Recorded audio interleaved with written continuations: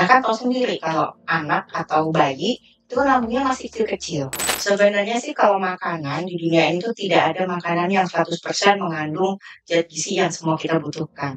Ada kasus-kasus tertentu nggak dok? Misalnya ya saat apa mungkin lebih baik makannya daging merah atau ati aja gitu atau enggak?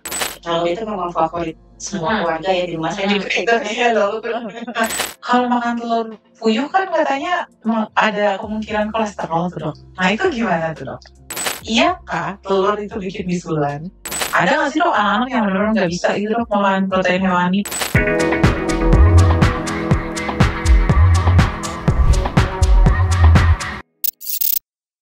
Assalamualaikum warahmatullahi wabarakatuh. Halo sobat sehat semuanya, kembali lagi di podcast Sehat Milik Semua. Wah, udah agak lama nih ya kita nggak ngeluarin konten podcast terbaru. Nah, kali ini di tengah bulan gizi yang kita juga merayakan Hari Gizi Nasional di tanggal 25 Januari kemarin, kita akan bahas banyak soal tagline Kemenkes juga yang pentingnya makan protein untuk anak, protein hewani. Highlight besarnya adalah protein hewani, pentingnya makan protein hewani untuk anak. Nah, sudah hadir bersama kita hari ini Dr. Hani Purnamasari SPA, dokter spesialis anak, relawan kita yang sangat kita banggakan. Dokter, selamat datang kembali ke Gedung LKC. Dokter, aku kalau biasanya tak kenal maka tak sayang. Kalau biasanya di video-video udah pada kenal sama Dokter Hani karena udah banyak kontennya gitu ya dok. Kalau teman-teman podcast sobat saya semuanya pasti belum kenal atau udah ada yang pernah lihat video di YouTube. Tapi boleh kita kasih kesempatan dulu Dokter Hani untuk ya memperkenalkan diri, dan kita pengen tahu nih dokter kesehariannya selain tentu saja menemui anak-anak di rumah sakit, ada yang lain nggak dokter gitu? Silakan dokter. Terima kasih Mbak Fili. Saya Dr. Hani. Sehari-hari saya bekerja sebagai dokter anak. Kemudian kebetulan saya juga konselor laktasi. Saya bekerja di Rumah Sakit Sarif Hidayatullah, kemudian di Rumah Sakit Kemang Medikata dan Rumah Sakit Permata Serpong. Setiap hari saya banyak ketemu sama pasien-pasien anak, ibu-ibu menyusui, dan memang masih sering ditemukan kasus stunting. Oke. Padat ya dok, kalau melihat tadi 3 rumah sakit, ada banyak banget yang harus dikelilingi nih nanti sama dokter. Nah hari ini sobat saya semua kita akan bahas soal tadi protein hewani yang masih mikir, oh nggak apa-apa anak saya cakupan makanannya segini aja atau gimana, atau yang masih penasaran sebenarnya baiknya protein hewani yang kayak apa sih yang dimakan. Kalau orang tuh kan banyak tahu protein hewani pasti kita daging gitu-gitu lagi gitu loh dok. Nah oke, karena kita udah gak sabar, mari kita mulai saja pertanyaan pertama kita soal sebenarnya aku penasaran anak tuh dalam sehari kebutuhan gizinya yang baik itu dok, ya agar terhindar dari masalah gizi itu seberapa dok? Atau harusnya pola makannya kayak gimana gitu dok biar cukup gizinya? Sebenarnya kalau ditanya kebutuhannya anak itu kan berdasarkan ada rekomendasi harian ya sesuai dengan usia anak. Tapi dari itu biasanya si makanan anak itu harus terdiri dari ada karbohidratnya, ada proteinnya, ada lemaknya, dan ada vitamin dan mineral. Nah porsinya beda sama dewasa. Kalau dewasa kan mungkin banyak sayuran, daging proteinnya protein dan lemak tidak terlalu banyak. Nah ini komposisinya berbeda untuk pada anak. Justru pada anak itu proteinnya itu harus mencakup 10-15% dari kebutuhan yang anak yang direkomendasikan tadi. Untuk yang karbohidratnya juga berkisar antara 35-55% dan sisanya lemak 30-40%. Untuk sayur, buah atau yang itu biasanya kaya dengan vitamin mineral, itu sifatnya hanya pengenalan saja, dia tidak perlu banyak-banyak. Gitu. Jadi supaya kalau banyak sayur, banyak buah kan anaknya nanti jadi langsing-langsing. Oh iya dong. Kalau itu sih buat kita yang jadi kalau buat anak itu yang utama memang tadi protein, karbohidrat dan lemaknya. Nah udah bahas-bahas tadi untuk anak penting protein nih dok. Kenapa utamanya kan sekarang tagline-nya itu kalau di Kemenkes, kita balik ke Kemenkes tuh Dok, asupannya itu protein hewani. Tentu saja ini didasari kalau di kasus di kita sendiri kita tahu banyak anak yang entah tidak diajarkan, entah ada persepsi soal si protein hewani gitu Dok. Apa sih Dok yang kenapa protein hewani itu atau ada beda nih Dok? Asupan jumlah kandungannya antara nabati dan hewani gitu Dok, atau ada kekhususan tersendiri kenapa dia terlihat spesial nih? Ya, kenapa diistimewakan untuk protein hewani ini. Jadi protein hewani itu emang adalah protein yang didapatkan dari sumbernya itu dari hewan ya, gitu. Misalnya daging, telur, ikan dan segala macam. Nah itu memang kenapa harus protein hewani, karena dia dia lebih protein itu lebih tinggi kualitasnya, lebih bagus untuk kandungan asam amino esensialnya. Jadi asam amino itu adalah protein yang memang harus didapatkan dari luar, nggak bisa diproduksi sama tubuh sendiri, jadi memang harus ada dalam makanannya. Nah untuk yang protein hewani dia lebih bagus kualitas untuk asam amino tadi. Nah kenapa dengan protein nabati? Protein nabati itu di protein yang dari tumbuh-tumbuhan. Kalau di protein nabati biasanya itu dia juga mengandung zat antinutrien. Zat antinutrien di sini biasanya dia mempengaruhi proses penyerapan dari protein itu sendiri. Jadi kenapa dipilih protein hewani, diharapkan si protein hewani ini lebih bagus penyerapannya. Gitu, Mbak. Nah kan tahu sendiri kalau anak atau bayi itu kan lambungnya masih kecil-kecil ya, untuk memenuhinya, untuk dikasih protein hewani aja juga pasti agak susah ya, maksudnya agak. Nah itu supaya lebih bagus lagi, lebih banyak lagi dapatnya, diutamakan yang protein hewani tersebut, supaya kita yakin bahwa diserapnya lebih banyak. Oke. Jadi karena kualitas protein yang didapat sama betul Dok. Jadi ini masalah kualitas gitu Dok, soalnya lambungnya masih kecil, nggak bisa terlalu banyak. Kan dulu yang kualitasnya baik tadi untuk ya kalau ini nanti disambungkan oleh tagline Kemenkes untuk upaya penurunan stunting, apakah akan berhasil gitu ya Dok ya? Harapannya sih. Harapannya begitu ya Dok ya. Berhasil ya. Nah, kalau tadi dokter bilang protein hewan ini kan ya berasal dari hewan gitu ya, seperti telur, ikan, daging. Sebenarnya dari pilihan-pilihan itu ada yang lebih spesial di antara grade-nya gitu nggak Dok?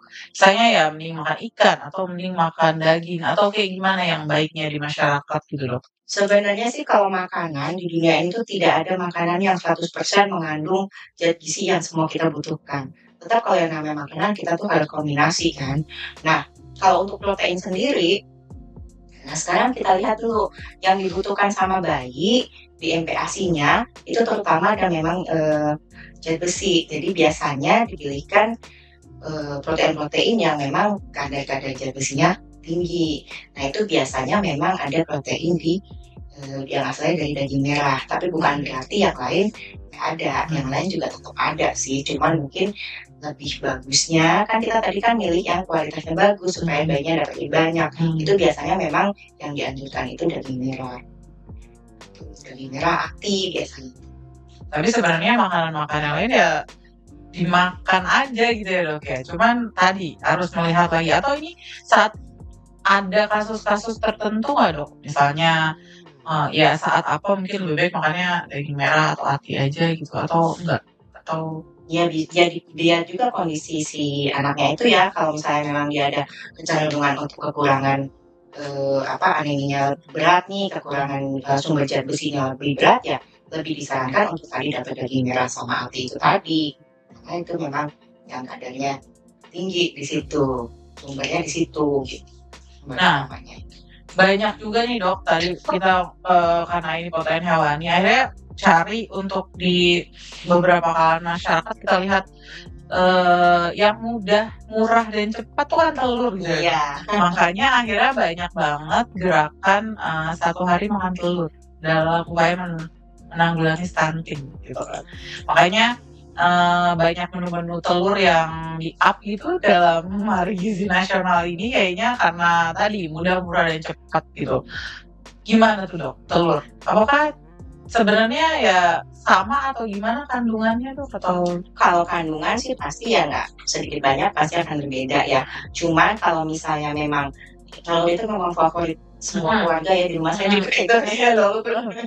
Jadi memang kalau misalnya lebih mudah untuk telur itu ya akan lebih baik kalau misalnya kita mengkonsumsi telur.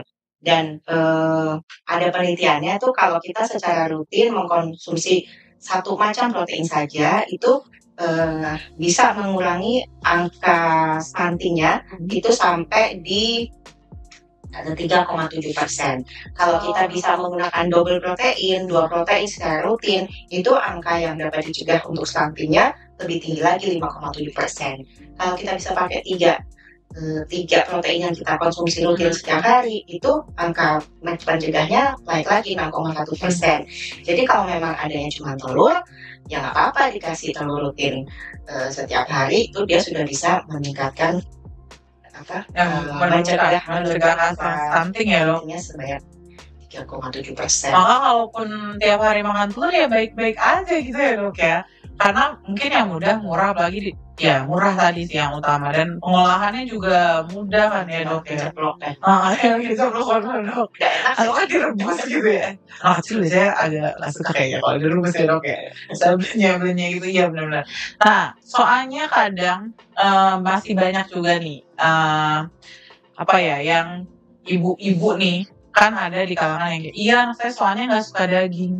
Jadi kalau kita masukin isu protein hewani dok, mikirnya daging loh, atau apalagi ikan. Kalau di urban gini, di kotaan gini kan kalau pas bilang ya ibu udah dicoba belum anaknya makan ikan, nggak suka ikan gitu. Terus saya pindah, oh ya daging kan mahal gitu. Kenapa orang-orang selalu pas sama telur padahal ternyata kandungannya baik ya dok? Jadi kalau di anak usia 6-8 bulan itu dengan konsumsi 1 telur per hari itu sudah bisa mencukupi kebutuhannya. Kalau untuk anak yang lebih besar 9-11 bulan itu dia nggak cukup kalau cuma pakai telur. Biasanya dia ditambahkan sama setengah hati ayam.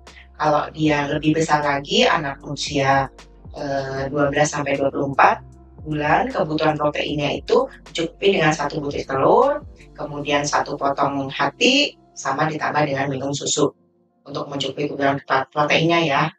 Itu kalau misalnya 24-60 bulan, itu biasanya dia juga lebih banyak lagi, butuh 2 telur, kemudian butuh satu hati ayam, sama ditambah sama kalau misalnya bisa juga diganti sama yang lain sebenarnya. Ikan teri itu mbak. Iya ikan teri. Teri yang kecil Medan ya. Tapi kalau bisa dipilih jangan yang ikan asin ya. Yang basah kan ada. Iya ada dok. Itu juga sama kandungan kalsiumnya itu sama dengan 1 gelas susu untuk 100 gramnya gitu. Jadi sebenarnya sih bisa digunakan bukan hanya daging saja sih untuk protein hewan itu. Sebenarnya banyak yang opsi-opsi lain gitu ya dok. Kalau tadi Sobat Sehat kita udah disajikan teri kata dokter Hani, terus ada yang murah telur gitu ya dok. Maka nggak ada alasan harusnya kenapa nggak makan protein hewani gitu ya. Nah oke, next question kita adalah soal, kan ada banyak banget jenis telur nih dok yang beredar di masyarakat gitu. Nah kalau kita sekarang suka lihat ibu-ibu muda yang ternyata suka banget mengolah makanannya jadi lucu-lucu, biasanya pilih telurnya yang lucu juga. Nah itu telur puyuh nih. Kemarin kita ada dapat pertanyaan nih dok dari Sobat Sehat kita. Kalau makan telur puyuh kan katanya ada kemungkinan kolesterol tuh dok. Nah itu gimana tuh dok? Apakah ini ada batasan jenis-jenis telur juga gitu untuk anak kecil, untuk anak gitu loh, atau bagaimana? Enggak sih, boleh-boleh aja mbak kalau misalnya mengenalkan jenis-jenis telur yang macam-macam itu nggak masalah. Nggak ada masalah ya dok ya. Ya kan, apalagi soalnya kalau telur puyuh udah nggak sadar udah lucu gitu ya dok. Apalagi yang lagi bikin menu-menu biar anaknya makannya jadi lebih lahap gitu. Nah sama satu lagi dok, ada pertanyaan juga soal telur. Iya kah telur itu bikin bisulan? Ya dok, anak kecil tuh kadang ibunya nggak usah deh kan, karena soalnya bikin bisulan nih gitu. Enggak juga ya, mungkin memang ada Kadang-kadang kan ada beberapa anak yang memang dia cenderung alergi. Nah, kadang-kadang tuh alergi sama telur yang menimbulkan dia. Tapi kalau dia nggak sensitif, ya nggak apa-apa dikasih aja. Kembali ke anaknya masing-masing gitu. Biasanya orang tua tahu lah ya dok ya. Anaknya punya alergi yang Dan baik. mungkin kalau misalnya kalau yang bikin alergi kan biasanya itu si proteinnya. Itu mungkin kalau mau ngasih telur, mungkin dicoba dulu dengan yang kuningnya dulu. Oh gitu. Pengenalan gitu ya dok, berarti dikenalkan dulu dengan makanannya. Kalau memang khawatir ada ada efek gitu ke anaknya gitu ya dok. Oke. Nah, menarik kira panjang soal telur. Tanya pamungkasnya berarti tadi udah dijawab juga sama Dr. Hani. Bener ya dok, berarti telur ini dapat menjadi upaya kita untuk mencegah stunting. Tapi tadi Dr. Hani udah kasih clue juga bahwa ada asupan protein yang lain yang dibutuhkan sesuai umur gitu ya. Kan makanan itu nggak ada satu makanan pun selain ASI ya yang bisa mencukupi kebutuhan kita. Jadi memang harus combine. Jadi ya jangan terus anaknya dikasih telur terus, diseling dengan protein hewani yang lain. Banyak kok dan nggak harus mahal sebenarnya untuk bisa dapat makanan yang sehat ya, makanan yang bergizi itu sebenarnya tidak harus mahal, cuman kita memang perlu ilmunya. Betul loh. Saya sepakat soal nggak harus mahal dan perlu ilmu. Ternyata dari podcast kita hari ini aja kita ada bisa lo pakai teri gitu ya dok ya. Apalagi telur dan lain-lain. Nah, nih ini juga yang menarik nih dok. Kadang anak tuh kan makannya susah gitu ya dok ya. Saya anak kecil tuh nggak yang kayak kita lebih ya makannya menerima apapun atau gimana gitu. Kadang banyak ibu yang beranggapan nggak apa-apa lah, anak saya nggak suka daging. Tapi saya tadi dagingnya saya bikin sop misalnya, dia makan kuahnya doang, nggak ada kok asupan proteinnya. Iya kak dok, apakah si kaldu yang dimasak ibu ini mengandung protein atau kita harus makan gitu dagingnya atau gimana dok? Ya bisa, tapi kan tergantung juga seberapa pekat kaldunya, mungkin itu juga berpengaruh ya mbak ya. Tapi bisa sih pakai kuah aja, tapi kalau bisa ya mungkin juga dagingnya juga harus diikutkan. Kan dagingnya bisa diolah jadi daging giling, jadi bisa dimodifikasikan untuk bentuknya, untuk teksturnya, dibikin bakso, mungkin anaknya lebih bakso. Jadi mungkin kita harus mengkombinasi untuk rasanya, teksturnya, sehingga lebih menarik buat anak. Upaya-upayanya ya dok ya, biar tadi ya tetap masuk juga dicari. Kalau dibikin daging empal gitu ya mungkin anak masih belum bisa ngunyahnya, jadi dia nggak suka. Tapi kalau kita bikin bola-bola daging, pakai daging giling, atau kita bikin bakso, mungkin anaknya lebih suka. Iya, oke. Ada atau dokter juga pernah menemui ini dok, boleh cerita kasusnya? Ada nggak sih dok anak-anak yang benar-benar nggak bisa gitu dok makan protein hewani? Kalau kayak gitu ada yang lain dok untuk penggantinya, gimana tuh? Iya, kalau misalnya memang alergi berat ya, kalau misalnya dikasih protein dia langsung bereaksi, ya mungkin memang agak sulit. Mungkin dicari alternatifnya, mungkin proteinnya dipilih bukan yang hewani, tapi tetap harus memperhatikan seberapa banyak jumlah yang harus didapat, sudah memenuhi kebutuhannya apa belum itu. Susu, kadang-kadang itu kan protein juga, cuman kadang-kadang ada juga yang alergi susu sapi juga. Untuk opsi-opsi lain gitu ya dok ya, kalau misalnya benar-benar. Jadi kan protein itu kan banyak ya mbak ya. Mungkin kita kalau nggak bisa pakai yang ini, kita coba pilih yang lain. Itu juga dengan protein hewani itu nggak, kalau kita nggak bisa makan ikan, mungkin dia bisa makan daging. Nggak bisa makan daging, mungkin dia bisa makan telur. Jadi kita harus coba-coba aja gitu.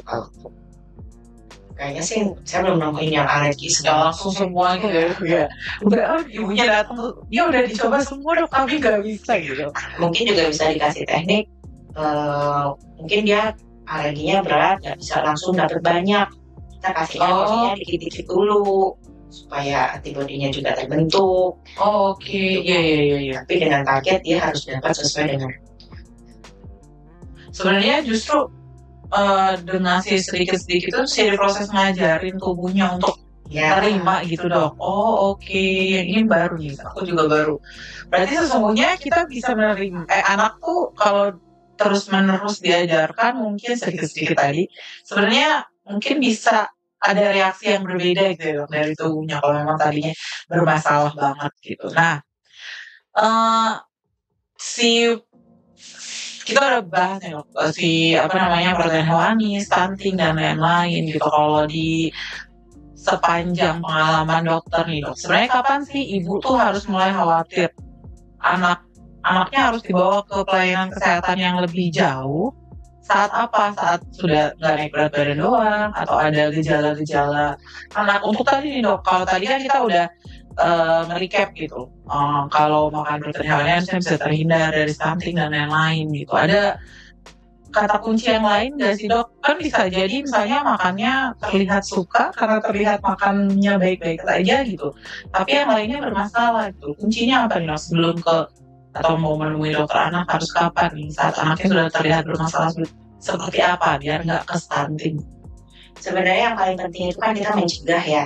Untuk mencegah kita harus mendeteksi dulu, deteksi dini. Sebenarnya yang paling penting itu kalau menurut saya adalah menemukan tanda-tanda dia akan menjadi stunting. Jadi memang harus rutin dilakukan penimbangan berat badan, gitu kan. Ada posyandu di lingkungan. Mungkin kalau mesti punya balita, rajin-rajinlah bawa anaknya ke posyandu. Terus kalau di posyandu itu kan juga dibantu untuk diplot ke grafik ya. Nah biasanya kita lihat nih kalau memang dia ada kecenderungan berat badannya tidak naik selama beberapa, ya paling lama 3 bulan lah, gitu memang dia berat badannya nggak naik, itu mungkin kita harus cari penyebabnya, kemudian cari solusinya. Kemudian kita lihat juga tuh, perhatikan juga asupan makanannya, dia udah dapat nggak sesuai kebutuhannya. Kalau dia berat badannya nggak naik dan memang karena dia nggak mau makan nih, berarti kan asupannya nggak masuk. Nah, kita harus cari solusi untuk kenapa dia nggak mau makan. Mungkin karena ibunya masakannya nggak enak. Iya, betul. Mungkin ibunya harus nonton YouTube LKC, Dok. Karena Mbak Meta udah ngajarin bagaimana membuat menu yang enak untuk anak gitu ya, Dok. Ya kan kadang-kadang terus kadang-kadang ibu-ibu tuh juga ngerasa bikin makanan bayi itu ribet, ya kan? Padahal nggak seperti itu. Padahal terus kita tuh bisa memodifikasi makanan keluarga untuk dibuat makanan bayinya, gitu kan? Jadi kita nggak 2 kali masaknya. Harus dipisah-pisah gitu.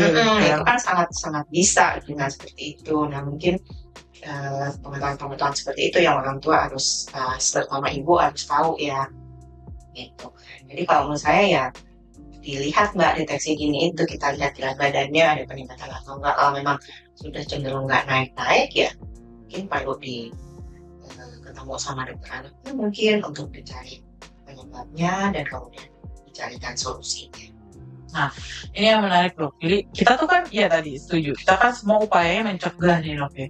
Kalau sudah terjadi, Dok, saat ini mau nanya kasus banget nih, Dok, jadi saat dokter dihadapkan dengan anak yang kayaknya stunting nih gitu, itu upaya apa nih, Dok, biar nggak makin bermasalah gitu ke depannya, yang dokter sarankan ke orang tuanya atau ada treatment khusus atau gimana tuh? Ya kalau namanya kita menemukan kasus stunting ya, yang pertama ya kita cari penyebabnya apa. Ya kan kalau stunting ini kan penyebabnya karena biasanya kurang nutrisi yang berjalan dalam waktu yang lama, yang kronis. Bisa karena memang nggak punya uang buat beli makanannya, jadi anaknya nggak bisa makan, atau karena orang tuanya nggak tahu bagaimana cara kasih makanan yang baik, atau memang ada suatu penyakit pada anak itu yang menyebabkan dia metabolisme menjadi meningkat sehingga berat badannya menjadi nggak bisa naik. Nah itu yang harus kita cari, Mbak. Nah kalau sudah ketemu penyebabnya, nah baru itu kita carikan solusinya. Kalau memang dia nggak punya uang, itu tadi tuh mungkin kita ajarin gimana sih cara kita bikin makanan sehat dari kemampuannya dia. Gitu kan nggak mesti makanan bergizi itu mahal. Ya, betul. Kan kita kan bisa carikan yang sesuai dengan kebutuhannya dia tapi terjangkau. Nah itu mungkin kita ajarkan, kita edukasi orang tuanya seperti itu. Sampai ke kalau saya sama teman-teman itu kadang-kadang suka sampai ngajarin cara masaknya. Oh iya, Dok. Iya kadang-kadang ibu-ibu itu yang bikin males bikinin makanan bayi itu karena mereka bingung. Terus kalau kita pergi ke pergi ke toko buku atau buka di internet untuk tentang masalah MPASI itu kan panduannya banyak banget gitu. Kadang bikin bingung. Nah itu mungkin kita edukasi itu untuk orang tua. Kalau memang ketemu anaknya sakit ya diobatin sakitnya. Karena selama dia sakit nggak diobatin, ya nggak akan terjadi masalah gizi terus gitu ya dok ya. Nggak selesai. Jadi menemukan penyebabnya itu mbak yang paling penting. Saat sudah untung baru ketahuan tuh dok ya, apa pemeriksaan lanjutan soal si sakitnya dulu, sembuh baru nanti upaya lain dilakukan gitu. Oke dokter, kita sebelum penghujung podcast kita mau final statement dokter ini soal pesan dokter kepada ibu-ibu semuanya biar anaknya terhindar dari stunting, utamanya soal protein hewani yang kita bahas. Ya, jadi sangat penting anak-anak itu mendapatkan protein hewani supaya dia mendapatkan kualitas protein yang baik, yang mudah diserap sehingga bisa memenuhi kebutuhan dari si bayi tersebut. Kemudian jangan kalau kita harus tetap lihat kondisi anak kita, kalau kita memang harus pantau tumbuh kembangnya terutama pada tahun-tahun pertama kehidupannya. Kemudian bila menemukan berat badannya nggak naik, itu kita harus segera antisipasi, segera cari penyebabnya apa, kemudian kita cari solusinya apa. Kemudian jangan malas untuk menambah wawasan, jangan menganggap kalau bikin makanan bayi itu susah, ribet gitu, karena sebenarnya kalau kita tahu ilmunya itu kita bisa dengan mudah memberikan makanan bergizi pada bayi.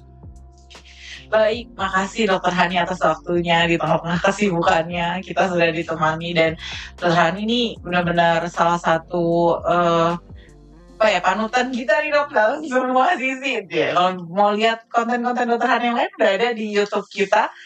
Tadi aku tarik kesimpulan satu sobat sehat semuanya dari final statementnya Dokter Hani, jangan lupa untuk terus cari ilmu gitu ya dok ya. Ya kan dunia berkembang, sekarang aja gadget sudah makin canggih, maka ibu-ibu semuanya di seluruh Indonesia harus juga makin rajin cari ilmu biar nggak ketinggalan soal info-info yang lain. Nah bisa juga untuk lihat menu-menu masakan kita. Kalau tadi Dokter Hani bilang jangan lupa lihat cara belajar, lihat menu-menu masakan kita. Kita punya stok banyak banget bagaimana membuat MPASI yang mudah, murah, dan tetap memenuhi cakupan gizi seimbang untuk kebutuhan anak dan keluarga. Terima kasih sekali lagi Dokter Hani atas waktunya. Sampai berjumpa sobat sehat semuanya di podcast kita berikutnya. Assalamualaikum warahmatullahi wabarakatuh. Waalaikumsalam.